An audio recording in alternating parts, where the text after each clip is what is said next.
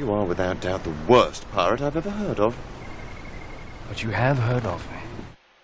Okay, so today we are going to be doing a few things. But first what we're going to do is we're going to remind everyone that these are for educational use only. So what are we doing today? We're cracking passwords. And again, every time you see Darkwing here, it means that we're getting into a territory that is dangerous and can get you in trouble. So anyway, moving along. So we're in our Calibox. Now with the Calibox, you need to make sure it's on the same network and it has the same IP address scheme as Metasploit.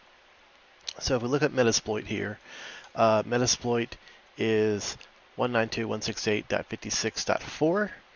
And here we have .3. So we are .3, that's .4, the host is .2, in this case my machine is .2, and 1 is the virtual router.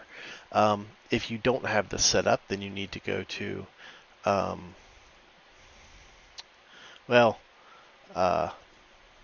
that. You'll need to go to settings and make sure that your network's set up to host only. We don't need the internet for this lab. So we will now continue.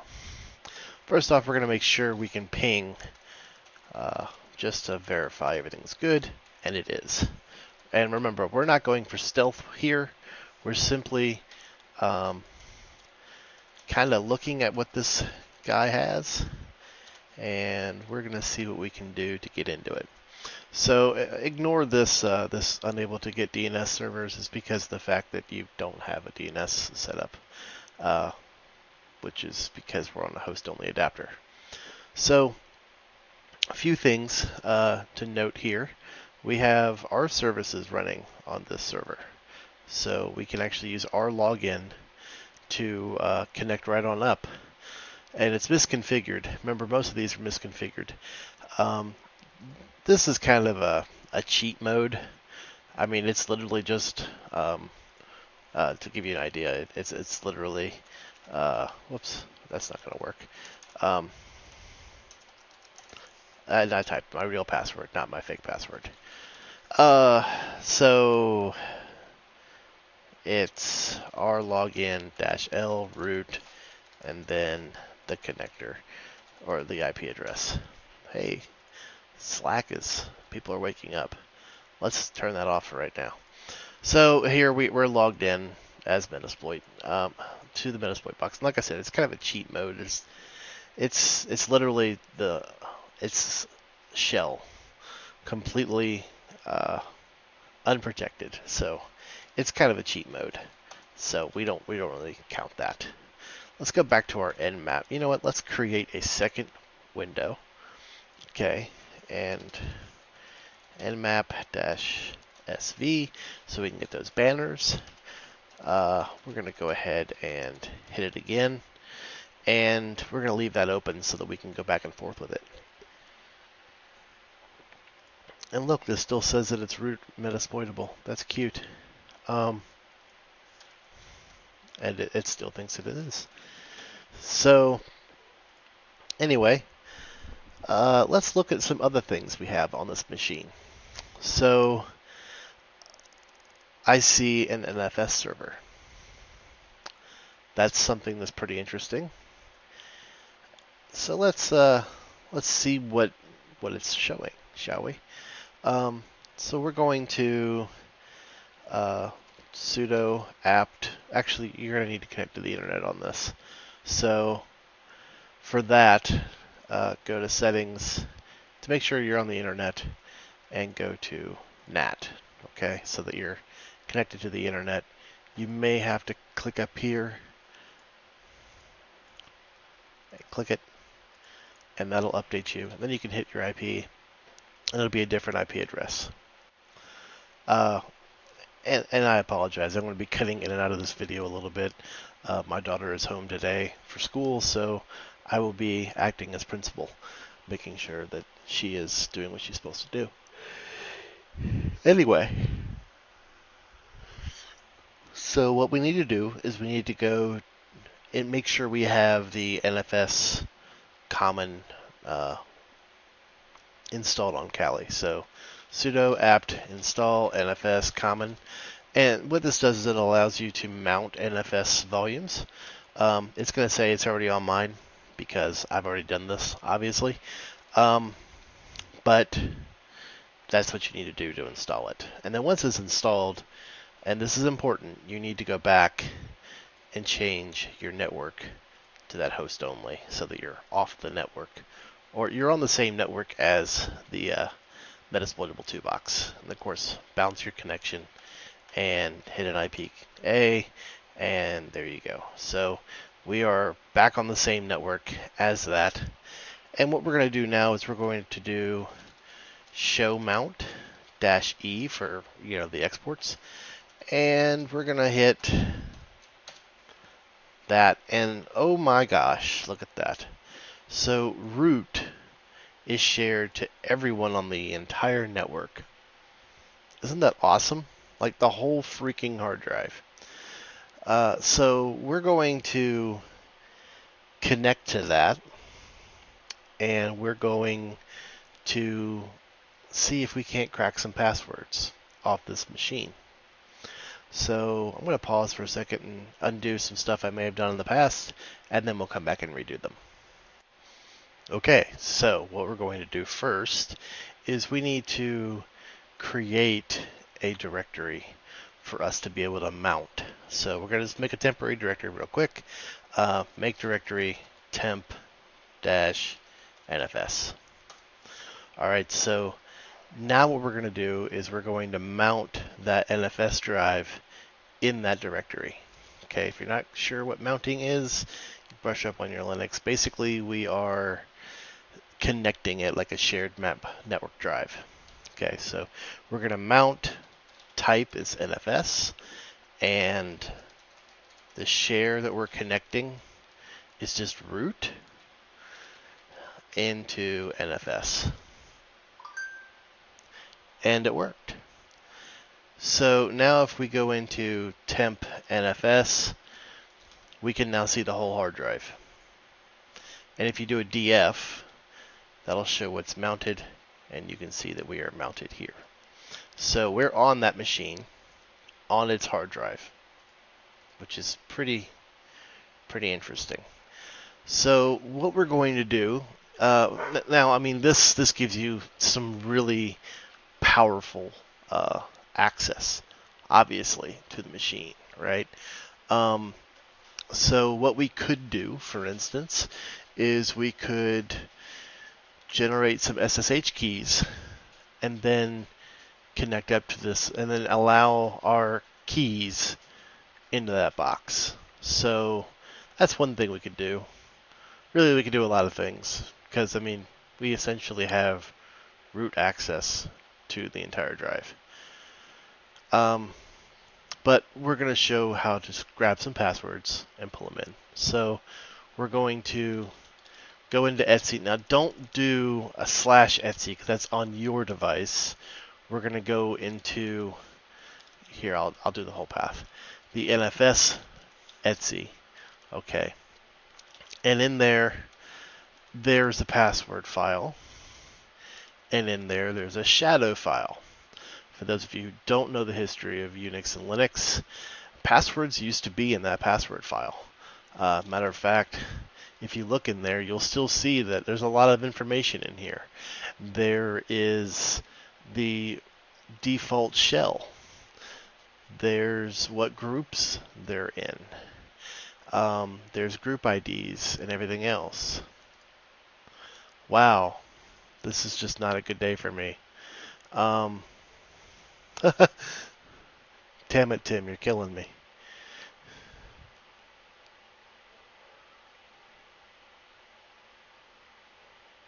Wow, that's very interesting. I'm sorry, I had to look at that. That was a text that was just very wow. Anyway, moving along. So these are all the users that are on the machine, right? And this X here used to actually be their passwords, but it's no longer in the same file now. And how is this secure, you may ask? Well,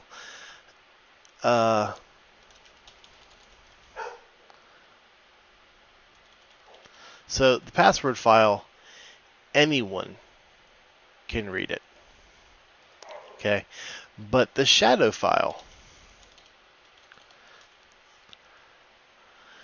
this has got the hashed passwords in there.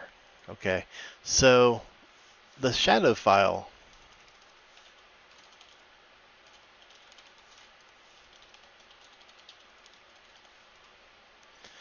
only root and shadow can read it. So that's where it's really different. So the average user who's not elevated cannot get into the shadow file to view it. However, I'm root, so I can do that. If you happen to pop the shadow account, you could have done that too, although it's pretty rare you ever pop the shadow account. Most people just go ahead and go for root. But here we have some interesting passwords we want to look at. So there's this Metasploit Framework admin, right? There's an FTP, there's an SQL, Postgres, right? Tomcat, all these different services. There's the user, right? So there's all these different accounts we want to get access to. So we're going to copy these files over, and then we're going to use John the Ripper to crack them. Now, John the Ripper is already installed on this machine. My dogs are playing. Of course, it sounds like they're eating someone's face in there. Stop it! I will get the squirt bottle. Yes, I squirt my dogs with water and it shuts them up instantly. It's wonderful. And I'm like a sniper with that. I can hit them from like 8 miles away. Well, not 8 miles, more like 8 feet. But still, I'm pretty awesome with it. Anyway, so let's copy these files. So we're going to copy the password file to our temp directory. Okay. And we're going to do the same to our shadow file.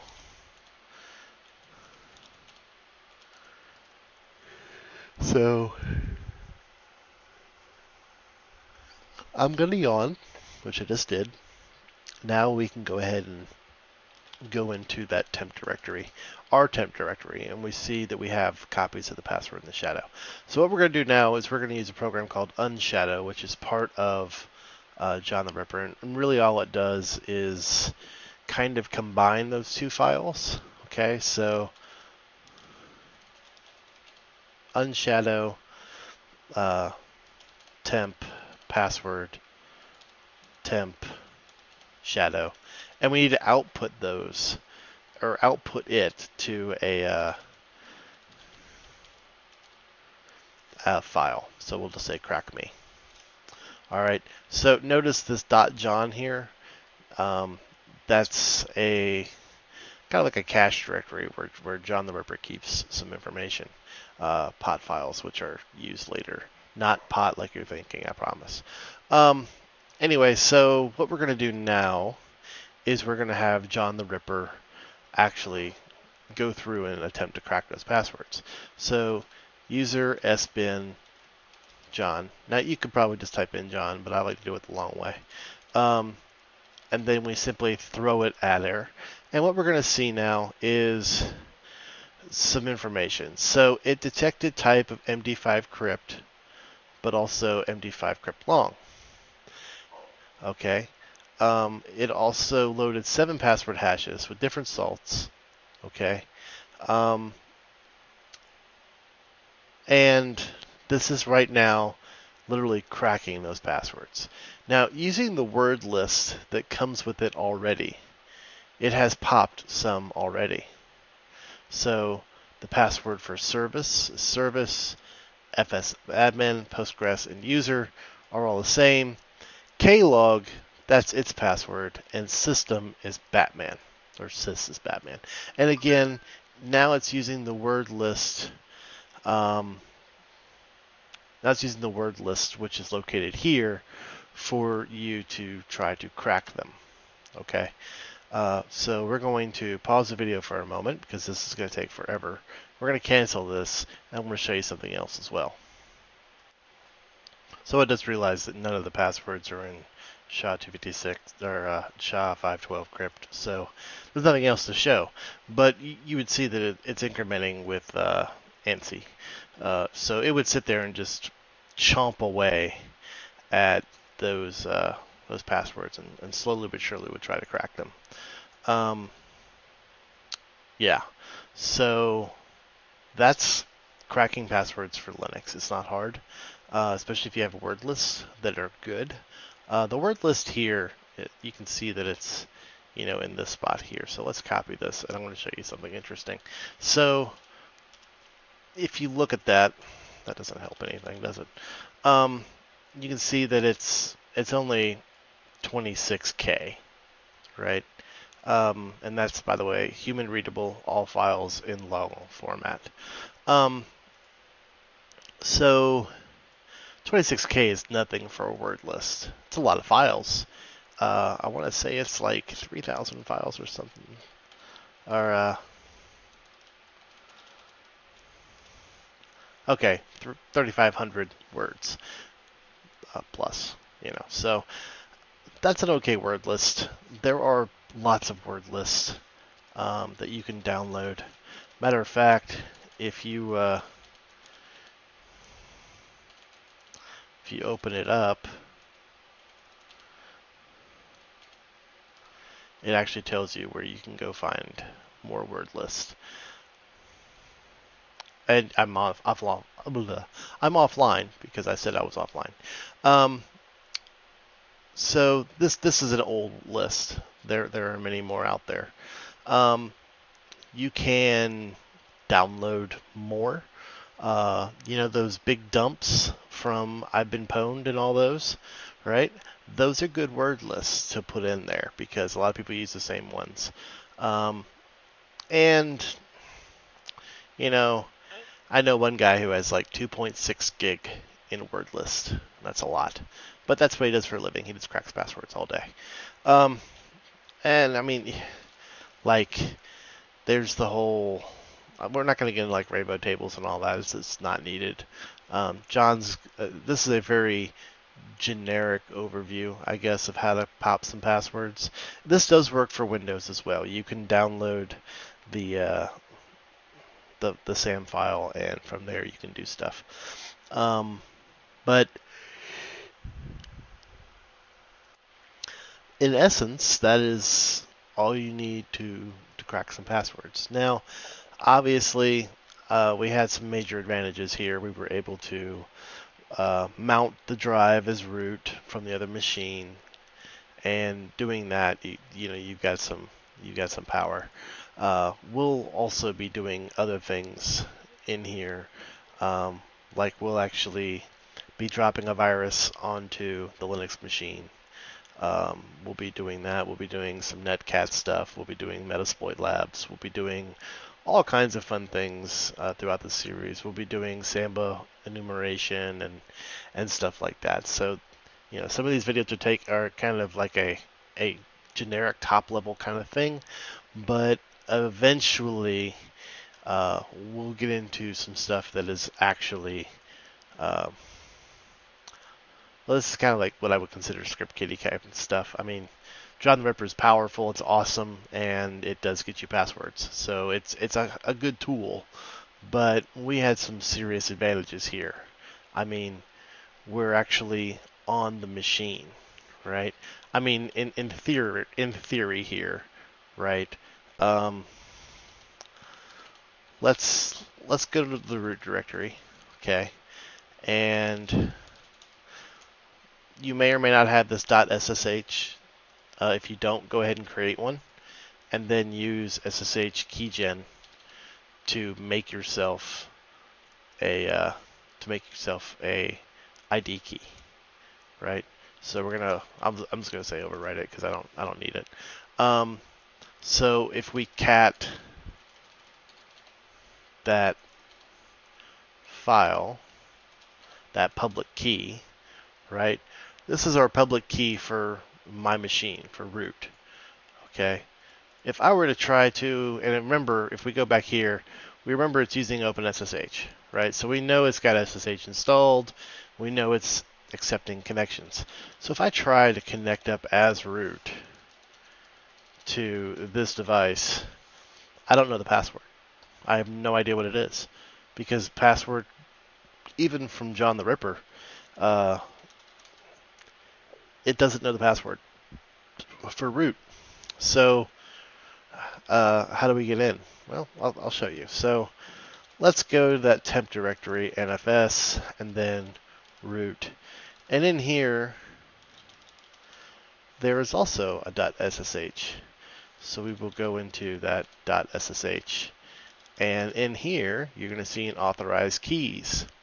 So those are the keys that this machine, or not the Kali machine, but the Metasploit machine, the user root has already defined those authorized keys as keys able to be logged in as root without a password. We can change that. So don't delete the one that's there because people would know. Let's just add one. Let's add our Kali one that we just got, right? So now we have two keys that are there, right? So now if I try to SSH into it, it's not going to ask me for a password because my key has already been added as an authorized key to log in as root. And there we go. I am now root on the Metasploitable box. So, like I said, if you have access to the root directory in any way, shape, or form to be able to write, you can get into almost every account. And then from here, we could do things like, password for root and change the root password and do all kinds of nefarious things. So there's that, right? And while we're here, let's also talk about some logging. So everything you do in Linux is essentially logged in a history. This is what allows you to press the up arrow and go back and forth. So if we go into root, right, there is your bash history, right? So let's cat that bash history. So these are all the commands that I've typed. So if you're ever going to be in here messing around with someone's account, you probably want to maybe clear that.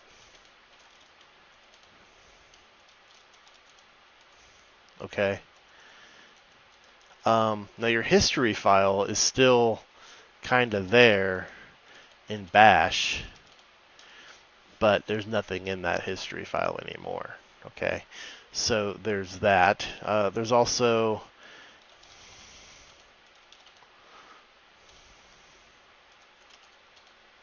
the messages file. You probably want to clear that out too, so that people don't see what's going on. Funny thing about the history, though, to give you an idea, let's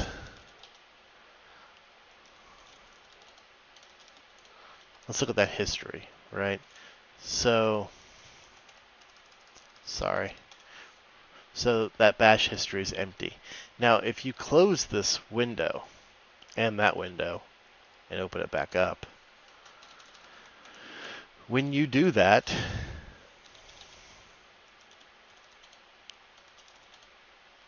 oh, wait a minute, I'm under my account. I'm sorry. Let me echo that to be nothing, right? So my bash history is nothing. So if I do ls and then check it again, it's still empty. Why didn't it save it? Well, I didn't close the terminal. When you close the terminal or log out, that's when it's updated. So now we can see that the history was updated. All right. So if you see something like this, right, then you know somebody obviously was in there messing around, which is not very helpful. So is there maybe a way for us to type commands that are completely hidden? There is. Add a space. Just add a space. So we'll say echo haha nothing here to .bash history. Okay, so now when I cat that, you see there's nothing here, right? And we're going to type in a space, and then we're going to say cat etc password space cat etc shadow, and that's not going to work. Permission denied, right? But the thing I'm trying to illustrate here is if you look at your bash history, it's still empty, right? So we're going to type in exit, go back into it, and you notice that those commands that I started with a space are not there. So if you are running commands and you want to hide some of the output or hide the fact that you've even ran them, you could just type a space beforehand and it's hidden. That doesn't work on all systems, but on a lot of them nowadays it does.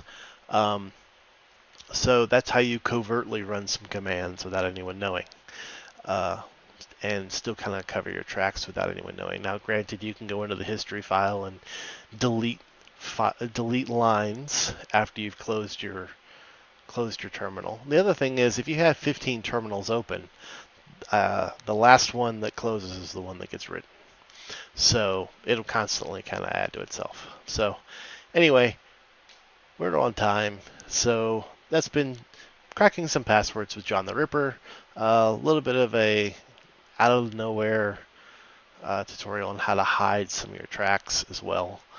And that'll be it probably for today. I don't think I'm going to do anything else fun. Blue teamers or people who are interested in the security side of detecting these kind of attacks and stuff, you can look in people's bash histories across your systems to find out if anyone's touched those files. You can also install Audit D.